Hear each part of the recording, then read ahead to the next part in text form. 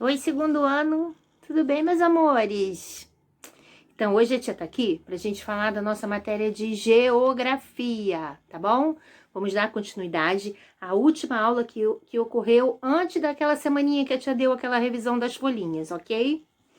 Então, a gente tá falando ainda dos diferentes meios de transporte, tá? Então, nós vamos fazer o nosso livro das páginas 202 até 207, nós vamos fazer agora. E para casa, vocês vão fazer aí sim, porque a tia tinha passado o dever, depois eu cancelei, falei até com as mamães lá no grupo. Então, agora sim, nessa semana vocês farão da página 107, 108, 109 e 110. Tá bom, meus amores? Então, vamos lá, pegando o livro. Abram o livro na página 202. Vamos lá? Então, na 202, a gente vai falar dos diferentes meios de transporte, tá? Então, nós temos o transporte ferroviário, nós temos o transporte hidroviário, nós temos o transporte rodoviário e temos o transporte aéreo, tá? E é isso que a gente vai ver agora. Então, no nosso livro, primeiro, ele tá falando do transporte ferroviário, tá? Então, a tia vai ler com vocês. Vamos lá. Usa como vias os trilhos de ferro, quer dizer, as ferrovias, e o veículo que anda sobre eles, que é o trem. Esse meio de transporte é composto de várias partes, quer dizer, vários vagões, né? Que são ligados entre si e podem transportar tanto pessoas como cargas, né? Esses são os transportes ferroviários porque eles andam nas linhas férreas do país. No Brasil, os trens são muito utilizados para transportar produtos e matérias-primas como minério de ferro, que é retirado do subsolo e é usado como produção de diversos tipos de metais. Eles usam muito o trem para transportar esse tipo de material, tá? Nos países mais ricos, o transporte ferroviário é usado para transportar mercadorias e pessoas. Na Europa, por exemplo, é possível viajar de um país para outro em trens que são muito rápidos. Aqui no Brasil, a gente não tem esse tipo de trem que transporta de um país para o outro. Mas temos os trens que transportam, que rodam entre os municípios, né? Isso aí nós temos. É preciso ter muito cuidado com os trilhos do trem, pois representam um grande perigo. E olha que nós temos aí uma imagem aí embaixo, tá vendo? Essa imagem, olha, são muitas vezes trens cortam as cidades, por isso é preciso sempre ficar em alerta quando estamos próximos dos trilhos. Claro, né, gente? Ficar próximo do trilho com o trem vindo é acidente na certa. Então, isso tem que ter muito cuidado, na verdade. Eu já falei para vocês que a tia tem parente lá na parte de Resende, Volta Redonda, né, em Penedo, e eu vou muito para esse lado. Então, quando eu vou para Penedo, por exemplo, ali na Dutra, tem uma partezinha da Dutra que tem a linha férrea, e é a coisa mais linda. Da última vez que eu fui, inclusive, a gente vê o trem passando lá, ele é todo aberto, cheio de minério de ferro. Então, eles ficam carregando de um município para o outro.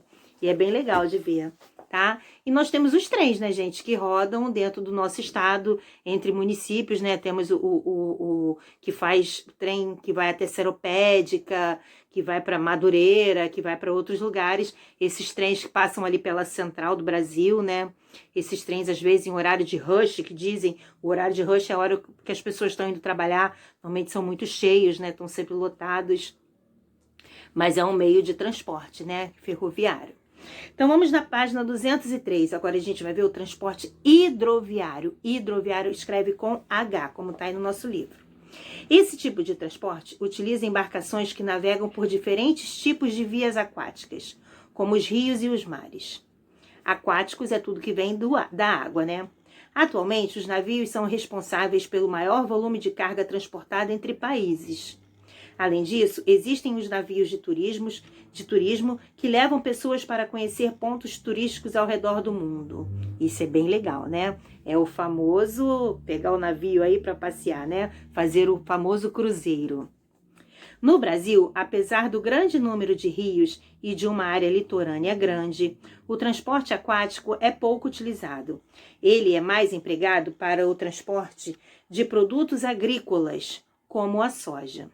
A região norte do Brasil, onde existem muitos rios, como o Amazonas, é o espaço onde o transporte aquático é mais utilizado. Em alguns lugares dessa região, inclusive, só é possível chegar de barco. Tá vendo? Aí o Porto de Manaus aí embaixo, ó, tem uma figura aí no nosso livro mostrando. Tá vendo? Ele tem um grande movimento de barcos, passageiros e mercadorias, né? Vamos virar para 204. Na 204, vocês vão ter que tirar lá a página 23 do material de apoio. E tem, inclusive, aí explicando como faz. Tá vendo? Uma dobradura. Vocês vão fazer um barquinho, esse barquinho aqui. A tia já montou ele, ó. Tá? É bem fácil, vocês conseguem fazer aí com a ajuda da mamãe. Pedir pra mamãe ajudar. Tá? Mas é bem facinho de fazer esse barquinho. É um barquinho, então o barquinho ele é do transporte hidroviário, né? Todos que andam a qualquer tipo de embarcação nas vias aquáticas é chamado de transporte hidroviário.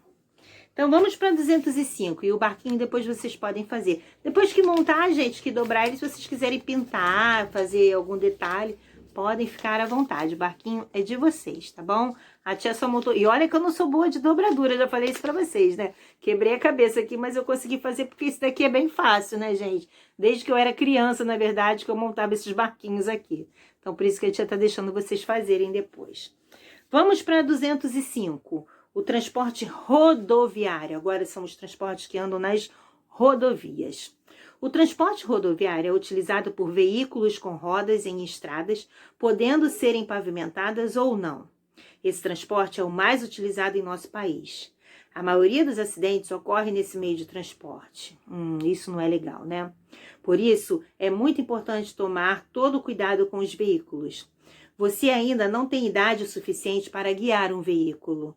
Mas quando isso acontecer, é importante que esteja sempre atento às regras e aos sinais de trânsito. Inclusive, a gente já falou, né, dos cuidados no trânsito lá na nossa matéria de geografia. E a gente fala de novo, né? É preciso usar o cinto, né? É preciso respeitar a faixa de pedestre. Quem for atravessar, não tiver no veículo, atravessar somente na faixa de pedestre. Respeitar os sinais, né? É apenas ter esse cuidado, ter esse respeito para que tudo corra bem. O transporte rodoviário pode ser perigoso mesmo para as pessoas que não dirigem. Por isso, para atravessar uma rua ou avenida, devemos utilizar a faixa de pedestre e estar muito atentos ao movimento da via, esperando o movimento correto e mais seguro para fazer a travessia. Isso aí foi o que a tia falou, que é preciso tomar cuidado e atravessar sempre na faixa de pedestre. Um dos problemas causados pelo uso intenso de veículos, principalmente em grandes cidades, é a poluição do ar. Isso aí, realmente, né? Quando a gente vê um carro passando pelo cano de descarga, então a gente vê a poluição que ele solta.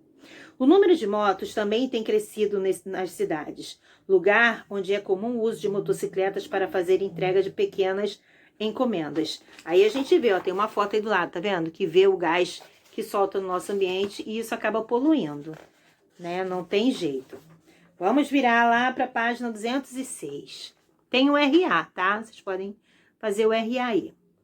Por ter apenas duas rodas e de o condutor estar totalmente exposto, a motocicleta é um dos meios de transporte com maior índice de acidentes. Por isso, é importante que os condutores de motocicletas tenham muita atenção às leis de trânsito e usem os equipamentos de segurança como capacetes e luvas.